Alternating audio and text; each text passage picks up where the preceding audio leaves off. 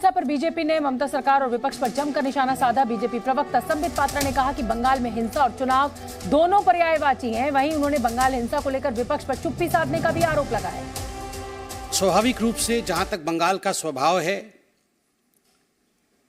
हम जानते हैं कि कहा जाता था कि what Bengal thinks today India thinks tomorrow. जिस भूमि से कभी वंदे मातरम के शब्द उपजे थे, आज बड़े दुख के साथ कहना पड़ रहा है कि आज उसी भूमि में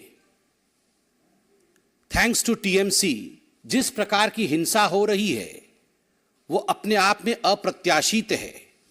इससे पहले कभी इस प्रकार की हिंसा न हमने कभी देखा था, न किसी चुनाव में सुना था। चुनाव और हिंसा आज बंगाल में पर्यायवाची शब्द बने हुए हैं और बंगाल में ये कोई पहली बार हो रहा हो ऐसा विषय भी नहीं है। इस बार के पंचायत के चुनाव जो कि अभी 8 जुलाई को संपन्न हुए, आज काउंटिंग चल रहा है। आज अखबारों में हर जगह ये खबर छपी है कि लगभग 45 लोग आज तक, जब से नॉमिनेशन आरंभ हुआ है और काउंटिंग अभी चल रहा है, लगभग 45 लोगों की हत्या की जा चुकी है। 45 people have died as of today as far as the panchayat elections of 2023 in West Bengal is concerned.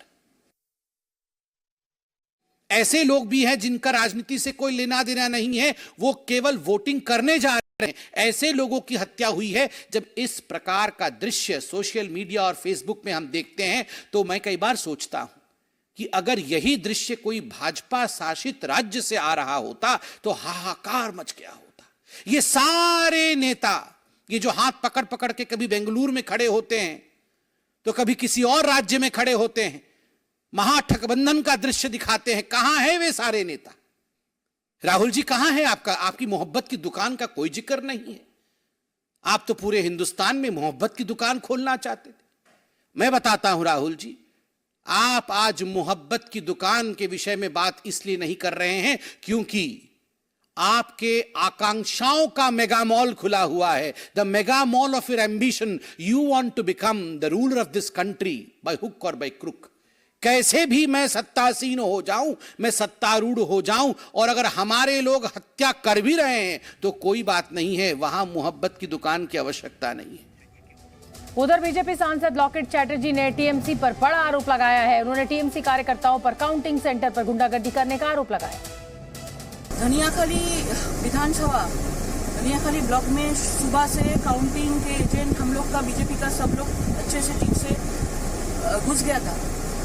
लेकिन जब उन लोगों को पता चल गया था कि वहाँ पे बीजेपी का सबसे ज्यादा वोट मिल रहा है, सब जगह में जो बैलेट बॉक्स खुल रहे थे वहाँ से सबसे ज्यादा बीजेपी का वोट जा रहा है, बीजेपी को वोट मिला, तो तब सब एजेंट लोगों को बाहर कर दिया और वहाँ पे बाहर से लोग आके भर के कल रात से रख दिया है काउंटिंग का जो रूम है उसमें, और कार्ड पहन के उस पर बंदूक लेके और मोबाइल लेके। हम लोगों के पास मोबाइल अलाउ नहीं है, एक पेन भी अलाउ नहीं है बीजेपी का एजेंट का, लेकिन टीएमसी ने बाहर से लोग को लेके आया, उसके साथ ड्रिंक, उसके साथ गन, उसके साथ सब कुछ उनके साथ है।